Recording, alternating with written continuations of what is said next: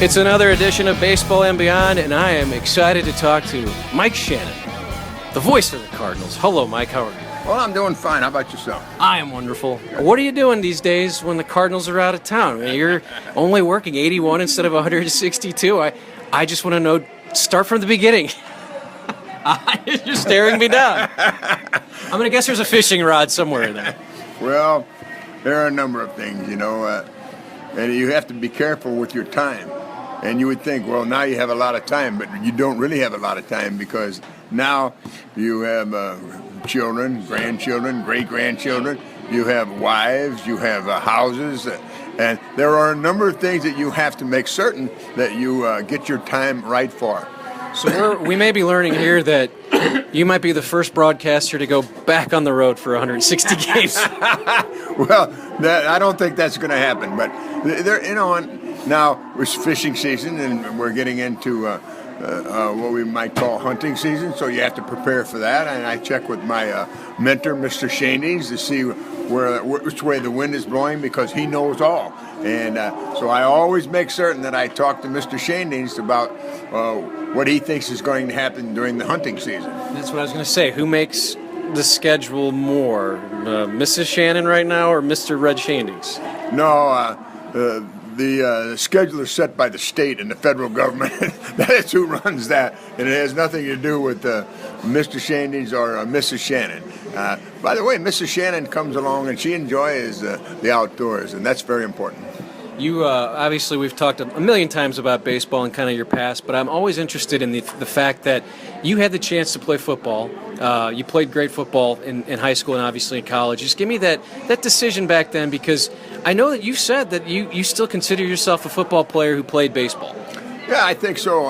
I think when you see athletes today, and it just didn't start 10 years ago or 10 years or 15 or 20 years ago. It started about 40 years ago where our society started to specialize. Doctors, lawyers, athletes also. Now, when I was an amateur, you played 3 different sports. You'd play basketball, football, and baseball, or you'd play track and swimming or tennis or golf or something like that. Now, it's very rare that an athlete goes into 2 particular sports. He stays mostly with one sport that he specializes in, and consequently, we have better players at those particular venues than we had 20 or 30 or 40 years ago. They specialized, and that's what our society has become, a specialized business.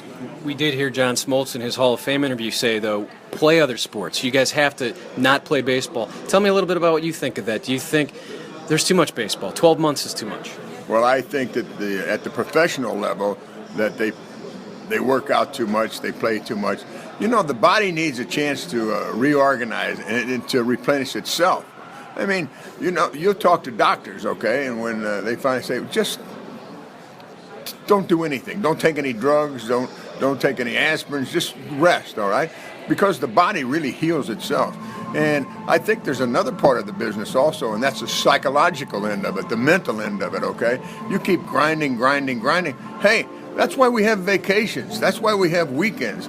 It's been proven that if you want a good workforce, you have to give them time off. They need time off. They need time off to take care of other interests they have, their families. They also need time off from their work and the everyday thought about that work and the pressure of that work. That's a very, very important part of our society. Give it a rest. Don't think about anything. And we see that with the professionals now. A smart manager will go to a player and say, hey, we got a day off on Thursday, so I'm going to give you off on Wednesday and Thursday and maybe Friday. Or if they always plan it for a day off, okay? And what I've heard managers say, and baseball managers, and football, basketball, leave, don't pick up a baseball, don't do anything. Go whatever you want to do. Go fishing. I've heard managers say, I don't want anybody to come in tonight. I want them to stay out all night. And tomorrow, I don't want you to come to the ballpark until 20 minutes before game time. Those are psychological moves that really help people. It just seems right now that these guys aren't doing that. You guys didn't, I don't know, maybe 5 o'clock you'd get to a 7:15 game. We know that Matt Carpenter's here at noon or 1. And it almost, like you're saying, it almost seems like he's thinking baseball too much. And now he's got a kid, so he's talked about how maybe that'll change. But just the fact that these guys just kind of have gotten into this thing where this is what they do all day, and you're saying, maybe we need to back it off a little. Well, you just have to. What you have to do is budget your time better is what it all amounts to. But because of the electronic age that we're in now, okay, you have so many more things that are available to you that you have to put your attention to, okay? So we didn't have the video like they have now. We didn't have the internet. We didn't have all of that, okay? And you have to take and budget a particular part of your time to those new innovations that we have. If you don't, you're going to get left behind. But you also have to make certain that you don't, it's the same old story, it's addition by subtraction. We'll get back to the interview in a minute, but I want to tell you about my favorite restaurant in St. Louis. It's Masses. They have 5 locations. There's one in Newtown in St. Charles, one in Baldwin right off of Manchester. The Winghaven location is fun. Town and Country at 141 and 40. And, of course, Bridgeton, the old place. It's Italian fare. Any type of pasta you want, red sauce, white sauce. I had a Cajun chicken pasta that is unbelievable. Cajun chicken pasta at an Italian restaurant, and it's unbelievable. They have this beef pepe medallion that the sauce you will not taste anywhere else. Of course, they've got St. Louis-style pizza. The Big Al is a fun treat if you're ready for a Big Al pizza. The bartenders are fun. You'll have a great time there if you're with your family or friends. It's stlmasses.com. Each location is different, so if you try going out to Winghaven one time, maybe you'll go to Baldwin the next time, and you'll have a totally different experience, but the food will be great, it'll be affordable, and you will have a fun time. There's no baloney in the cannelloni. It's Masses Restaurant, 5 locations, St. Charles, Baldwin, Winghaven, Town and Country, Bridgeton, stlmasses.com. Go check them out. Let's get back to the interview. We talk about your teams in the 60s a lot, and I don't think I've really ever asked you about the fact that was a 3-year run, or 3 of 5 years, but the teams were different. Can you tell me a little? It seems like the 64 team, we had Grote and White, you had older guys along with Gibson. 67, you bring in Cepeda and Maris, so that's kind of a different team, kind of bleeds into 68. But how different those two teams were, I guess the one constant is Carver, Gibson, Flood, Brock, but Shannon. But tell me a little bit, am I right about how that works? Because a lot of people want to compare one team to another, and it really doesn't seem like you can do that. You can compare teams, but you can't compare errors. You can't compare one error to another error. In my mind, I don't do that anyway. Now, if you want to, you can, but I think the greatest baseball player ever was Babe Ruth. I never saw him play at all, but if you look at his statistics, okay, when one man hits more home runs in the same league than 5 other teams, you better pay attention to that. And when he had a slugging percentage of .690 for his entire career, but look at what they did in his era, who he was playing against, or what they did, all right?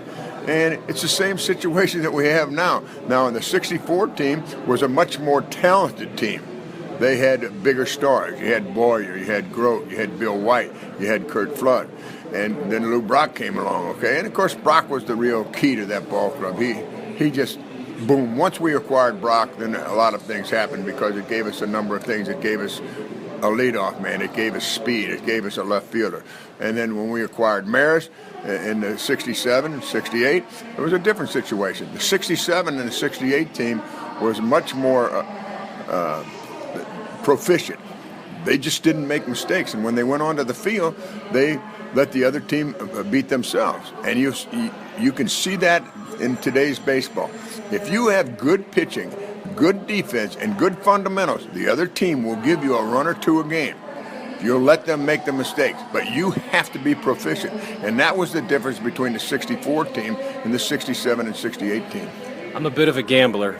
I love to win money. I hate to lose money. If I lose $200, it's way worse than winning the $200. So the reason I ask this, I know how 68 still hits at you. Tell me, is that how you feel about 68 versus the 2 wins? That it's nice to win those 2, but I'm still really angry about 68. Oh yeah, and I'll be angry about 68. Not angry. I won't say angry.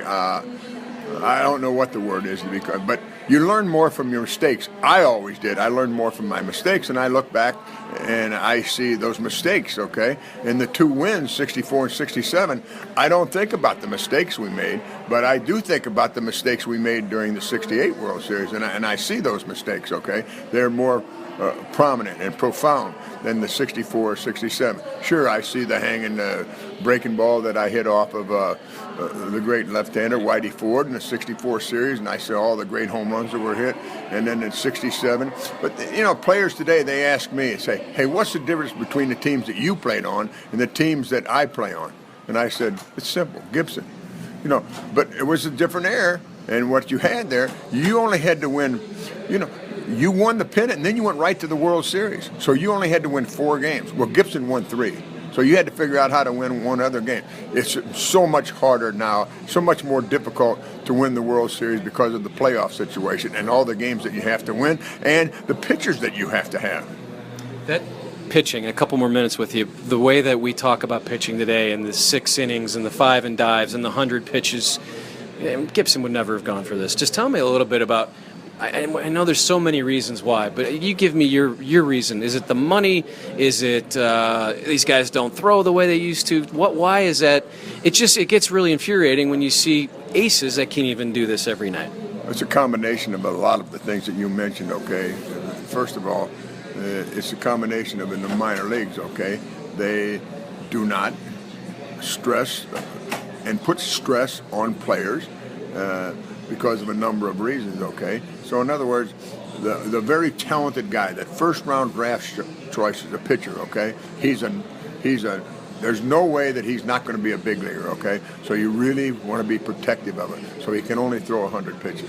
Well, when he throws 100 pitches in the minor leagues, 80 of them, he just blows them away. He may have to grunt on 20 out of the 100 pitches.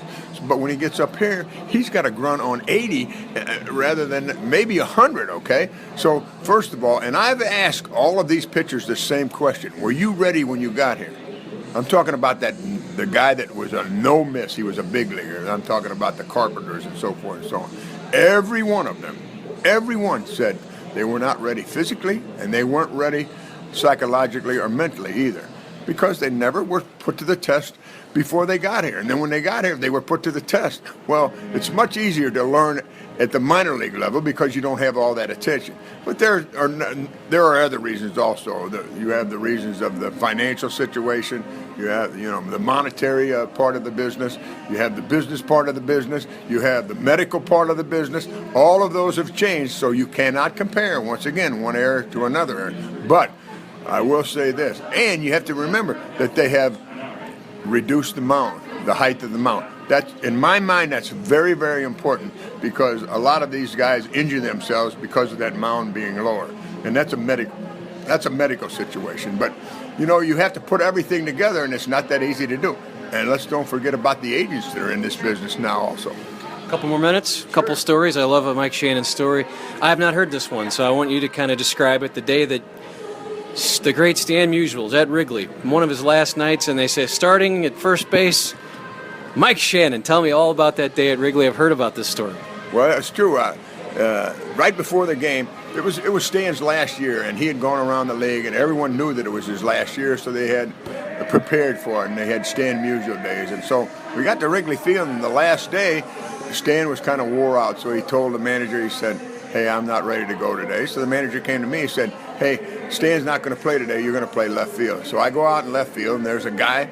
He said, hey, Mike, he said, he said, hey, Shannon, where's Musial? I said, well, he's not playing today. He said, you mean I drove 500 miles to watch you play left field? I felt so sorry for the guy, because I could understand what he brought his son with him. His son was like about 8 or 9. And you can imagine the 500-mile drive. He's telling his son about Stan Musial and everything, and he gets there, and Musial's not playing. He was rather disappointed.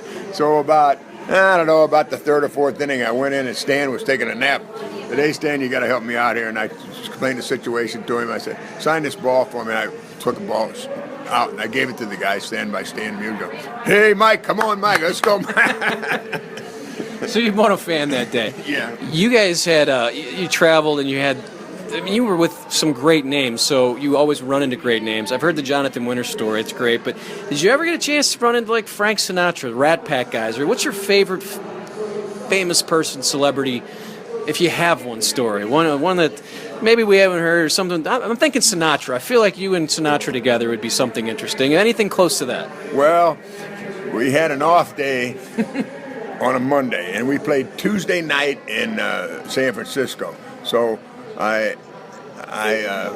arranged for an airplane to fly us to Lake Havasu, and we fished, okay, all day Monday. So then we were going to fly. It was a private plane, and we were going to fly from Lake Havasu to San Francisco for our Tuesday night game. This is Monday night. So I said to the pilot, I said, hey, don't we go right over Vegas? He said, yeah. I said, well, just drop us off in Las Vegas. And I had a friend there. And so anyway, we got there, and he arranged for some rooms, and then said, hey, can we see a show? He said, yeah, you got 15 minutes to get down, to get dressed. So we get the guy's waiting for us. He's waving, come on. So I go down. And the next thing I know, I have my left elbow on the stage. And I said, oh, I know I'm in trouble now. And I look across, and there's Mimi and Hines. And so it's Sinatra playing. So that's when he owned the Budweiser wholesalership out in Orange County. So he's right in the middle of his show. He's going, oh, playing these great men. And you could hear a pin drop, and he stops. And he walks over, and he looks down at me, and he said, hey, does the boss know you guys are here? I'm, oh, no. The chairman's asking about the boss. Yeah, right. Who was it? Gussie Bush at the time, Right. because, he had the Budweiser wholesalership in Orange County, and of course, so anyway, and I'm going, oh, no. But I was fortunate enough to see him play 3 different times. But Sammy Davis Jr., he was the best entertainer that I've ever seen.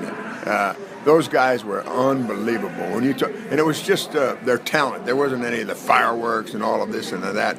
Sammy Davis Jr., I saw him at the Shoreham Hotel in Washington, D.C. with Maris and I. And it was you had we had day games back there, and so he came out, and let me tell you what, he came, standing ovation. He came back out and played some more, and standing ovation. He came back, and he just kept playing. I mean, he loved it. He was just a phenomenal entertainer. But the list goes on and on. John Wayne, I had a great story about John Wayne and Stan Musial having breakfast. So the bill comes, and they were arguing over the bill, and so Wayne says to Stan, he said, Stan, let me get this check. I want to show you something. So the check comes, and it's, I don't know, $14 or something. So he writes a check, signs it John Wayne.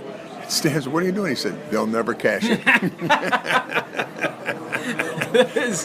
That is a very. I always wonder. Do you pinch yourself when you think of this life that you've? I mean, John Mabry calls you America's guest. That's really the only way I think I can describe. Do you ever think this has been? It's not over. I mean, you got 9 lives. You got 9 lives and you use 6 of them. Is that your line? How do you... No, I just I don't sleep. I think sleeping is. I take naps now. I learned that from Musial. I watch Musial all the time. See, I knew Stan when I was in high school, okay, because I played with his son in high school. So I watched him, and I watched people over the years and how they took care of themselves and how they handled themselves.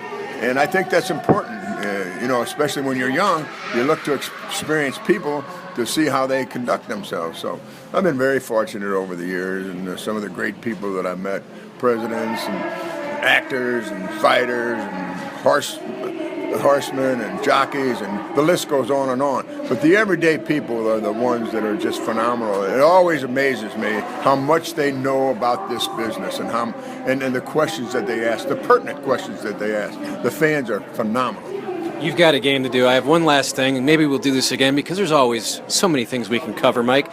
I appreciate your time. Shannon-isms. I mean, you see them in the STL today. Do you like that you see those? Do you enjoy them? It's sort of like yogi-isms. He says them, he goes, I don't know what I'm saying, and it becomes a yogi-ism.